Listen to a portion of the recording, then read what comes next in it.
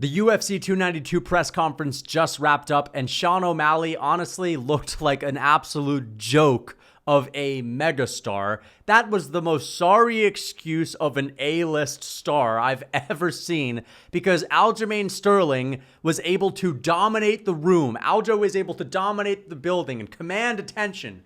Whenever Aljo would speak, you'd hear the fans saying, "Boo! You suck, Aljo! You're boring, Aljo!" And then O'Malley would speak, and you'd hear crickets. You'd hear people scrolling on their phone. As soon as, "Boo! You suck!"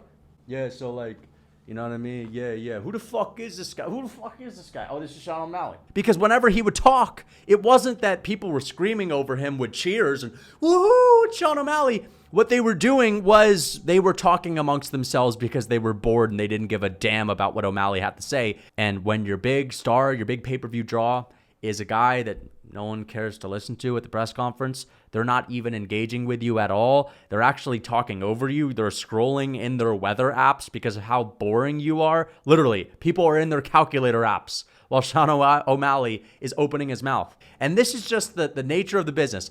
You either have it or you don't. All right? O'Malley has the style in the cage. He has the athleticism. He has the performances. He has the look. But he doesn't have a personality worth a damn, dude. He can't even say anything. Even if it was funny. He made one joke, said Aljamain shit stain or whatever. He made one of those jokes. It was funny, and you could hear people talking over him, like fans, having regular run-of-the-mill conversations. Aljo would get on the mic. He would stand up. He would make himself big. And the fans would be saying, they would get entertained. They would flow with it. You know what I mean? They would boo at him and laugh with him.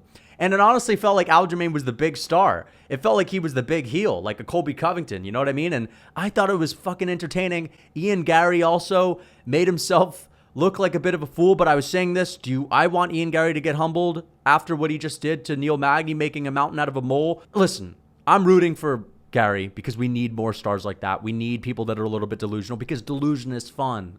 All right, delusion is entertainment. Adesanya is delusional as it can possibly get, but he's damn entertaining. All right, and this is the thing. Although Magny, I felt bad for him. Although I'm kind of rooting for him to just choke out Ian Garry within the first 10 seconds of that fight, like a brutal submission, putting him out cold.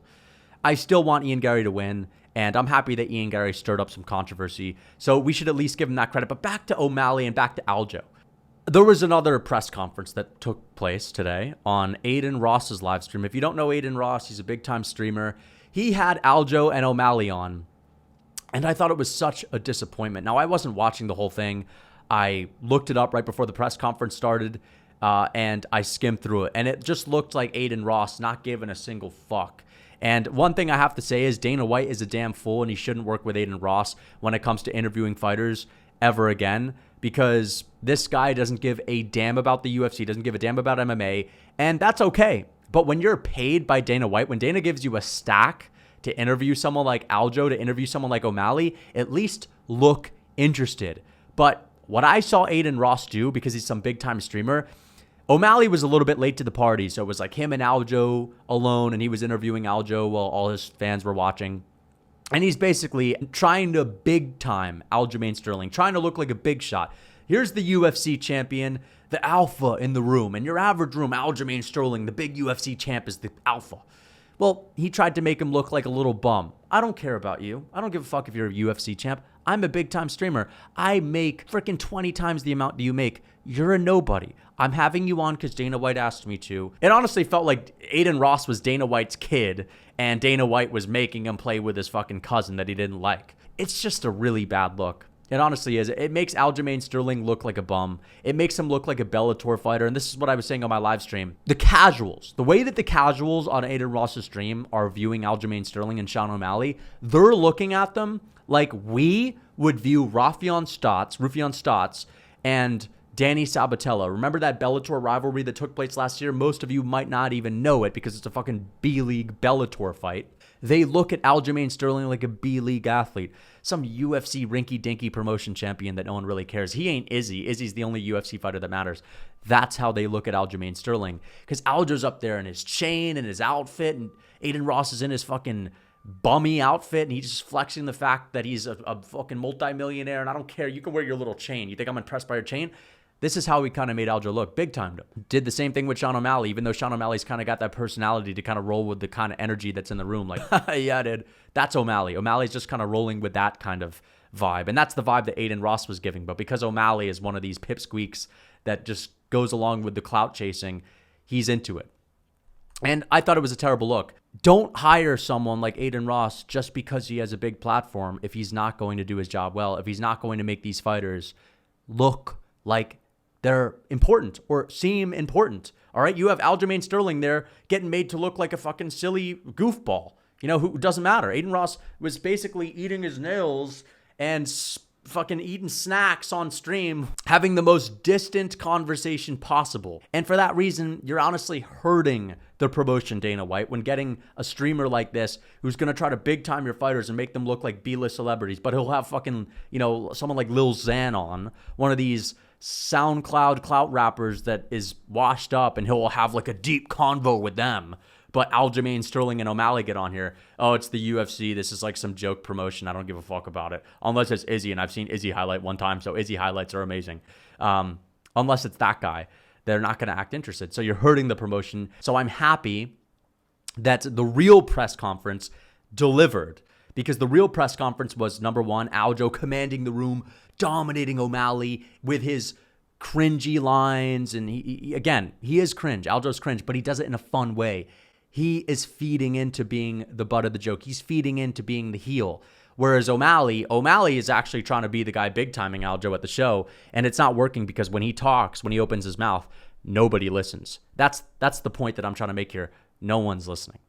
I honestly feel like Aljo, and if you're just thinking about it like this, in the world of MMA, hardcore fans that are even going to go to the press conference, like the people that are really going to buy the pay-per-views to begin with, most hardcore fans, the guys that really watch, I honestly feel like they're more invested with Aljo's career. I honestly think that they care more about him. You might be more excited to watch a Sean O'Malley fight, but when it comes to the actual personality, when it comes to the guy that actually seems like he's an MMA guy, O'Malley is kind of checked out, in my opinion. I think he's giving off the vibe of someone that has one foot in the game, one foot out. Like he wants to be a fighter, but he also calls fighters broke, and he kind of shits on MMA, tries to big-time MMA fighters and act like, I'm just doing this to be rich, bro. I don't even like the sport. I get that from O'Malley. I don't even care about the sport. I'm just trying to be famous vibe. And that's what you get when you're not giving everything to it. And the thing about Conor, when Conor was on the come up, when Conor was a big star, is he was giving everything to it. He would never say things like, I don't care, I just want to be a star. He's not saying that. He's saying, I want to be a fucking champion. You could see the hunger in his eyes. You could see the obsession in his eyes. He really, really cared about dominating the MMA game. O'Malley, not really interested in dominating the MMA game. He's just interested in getting a couple of bucks. And this is the paradigm shift that he's gone into ever since he's been getting the endorsement money. Shout out to O'Malley's bank account, killing it. He's been having all of these new sponsors. Young LA is with him. Rise is with him. Rise Supplements. It looks like the guy has a new endorsement every goddamn day leading up to his fight week. He's probably getting a good bag this week. But I think O'Malley's a little bit content is what I'm saying. I think he's kind of getting comfy with his financial situation and with his status, right? We're talking about the status of O'Malley. I think he's getting comfy with it.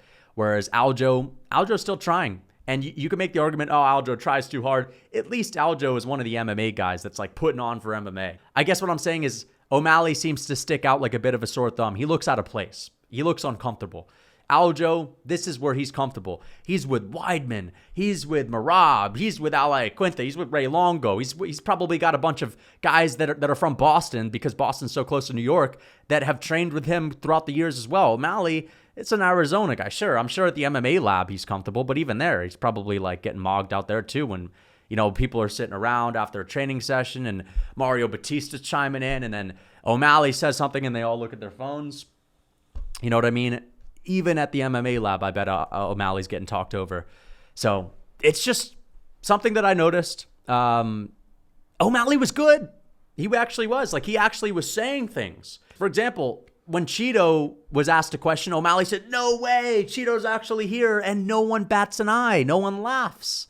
It's like nothing he says gets any pop. And some pop is better than none. Bilal Muhammad, I went to the UFC 288 press conference headlined by Aljo and Cejudo. Whenever Bilal would speak, the entire crowd would go crazy with the boos. Everyone in attendance would go nuts. O'Malley doesn't get any of that, which just leads me to believe that people just kind of view him as a bit of a pushover. People don't take him seriously, and it's unfortunate. I wish that, people would quiet down a little bit while he's speaking, or at least look over to the stage. And honestly felt like no one was even looking at the stage when he was speaking. So I just wanted to talk about that, guys. I thought that the press conference was awesome. It was entertaining. Ian Garry, as I had mentioned, is delusional. He's a fool. He's getting woke on us and all that shit. But listen, it's all good. At the end of the day, Ian Garry is a character. We need characters, especially characters that can strike and KO people and put on entertaining performances. We need this guy to win, all right? I am rooting for Ian Garry, but I still secretly want to see Neil Magny choke him out after the press conference showing, because Garry, bedtime MMA, you guys know bedtime. He was saying, don't worry, Ian Garry is going to be hugging Neil Magny after, bygones be bygones. I don't think so. I think Ian Garry's actually got a little bit of a screw loose in a bad way, in a cringe way.